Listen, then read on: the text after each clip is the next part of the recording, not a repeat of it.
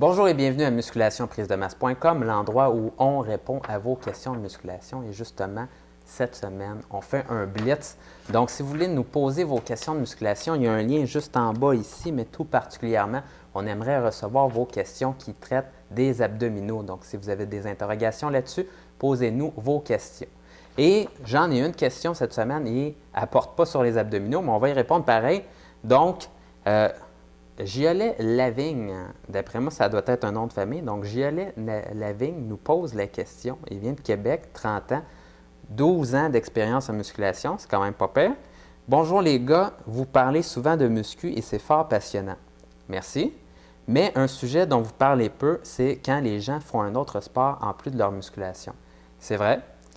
Je joue au deck hockey 2 fois par semaine et je m'entraîne 3 autres fois semaine. OK? Est-ce que ça va nuire à mes performances au hockey?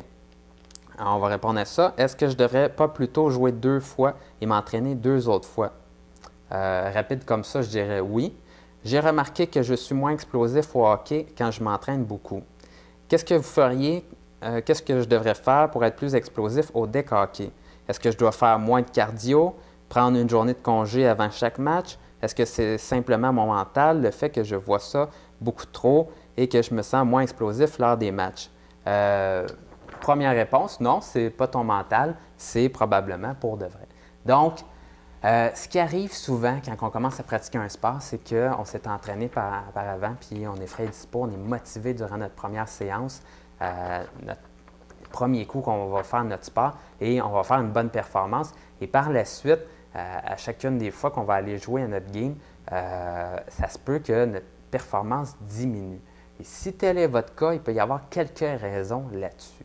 Donc, première raison qui nous saute aux yeux ici, c'est si vous n'avez pas changé votre volume d'entraînement au gym. Donc, par exemple, comme ici dans notre cas, une personne qui s'entraînait 3 fois par semaine et là, elle rajoute 2 jours par semaine de sport, c'est sûr que ça fait un volume d'entraînement assez élevé et c'est difficile pour le corps de récupérer. Donc, vos performances durant votre sport risquent de diminuer.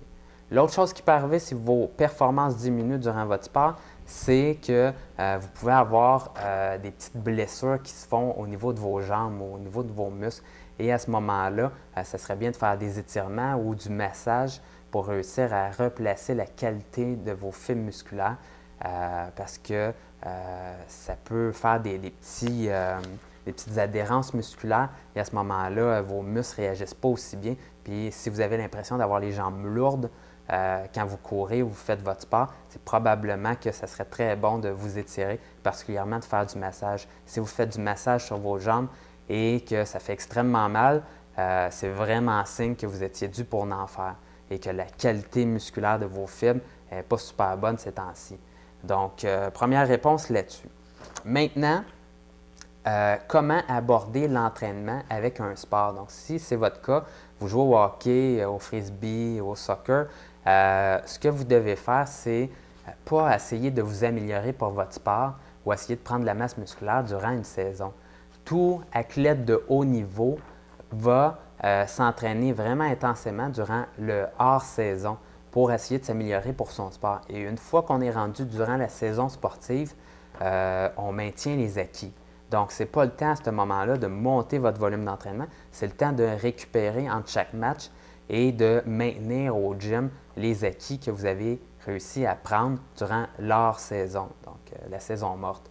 Donc, comment on fait ça? C'est qu'un bon truc, c'est sûr que ça dépend du nombre de games que vous jouez par semaine et si vous jouez vraiment à un haut niveau, mais un bon truc, c'est que gardez en tête que vous pouvez couper du 2/3 votre entraînement musculaire et garder votre masse musculaire et votre force. Et donc, ça veut dire, par exemple, que si vous vous entraîniez 3 fois par semaine, vous pouvez couper ça à 1 fois par semaine et maintenir votre masse musculaire et votre force. Maintenant, combien de temps qu'on peut seulement s'entraîner 1/3 de notre volume qu'on faisait avant et maintenir nos acquis?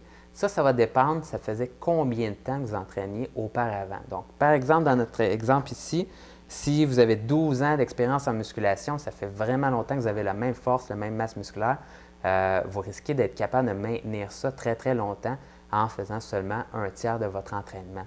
Mais si ça fait seulement 3 mois que vous entraînez, vous risquez de ne pas pouvoir maintenir ça longtemps. Habituellement, vous pouvez fort probablement maintenir vos acquis entre 6 et 8 semaines. Donc, durant une saison sportive, là, amplement, vous devriez être capable. Donc, la chose à retenir, c'est que vous pouvez couper puis juste faire 1/3 de votre entraînement, sauf que vous devez garder la même intensité durant vos mouvements. Donc, aussi dur, avec le même poids, et là, à ce moment-là, vous allez pouvoir garder vos acquis. L'autre chose qui peut arriver, ça me vient en tête comme ça, si vos performances descendent pendant votre sport, c'est que oui, vous avez trop de volume d'entraînement et vous n'avez pas assez de récupération.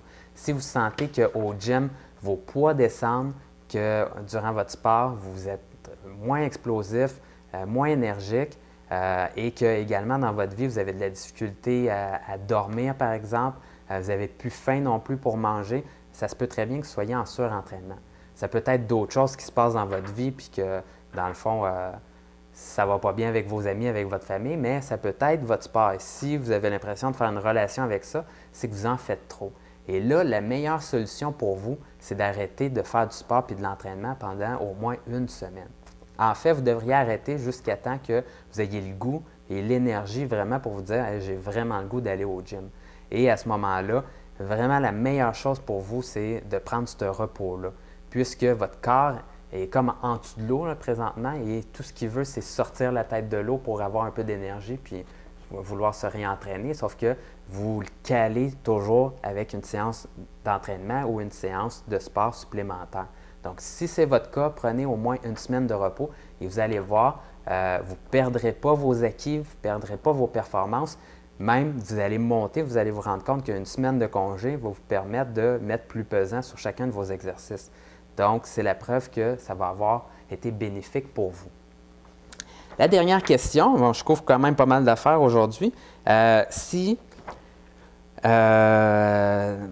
vous faites votre sport, c'est certain que n'entraînez-vous pas la même journée. Et souvent, soccer, hockey, ça va être surtout les jambes qui vont être travaillées. Donc, vous pouvez toujours vous entraîner le haut du corps un peu la même journée ou la journée d'avant, mais n'allez pas entraîner vos jambes la journée juste avant. Et même, je dirais, les jambes, laissez-y au moins 3 jours avant, si possible. Donc, c'est mon dernier conseil pour toi, Giolet Lavigne de ton nom de famille. Donc, j'espère que tu te reconnais. Et si vous avez des questions de musculation, au final, laissez-nous ça en bas. Il devrait y avoir un lien. Vous cliquez là-dessus, vous arrivez à la page pour nous poser vos questions. Et on répond dans les prochaines semaines à des questions d'abdos. Donc, ça va être très intéressant. À bientôt tout le monde. Salut!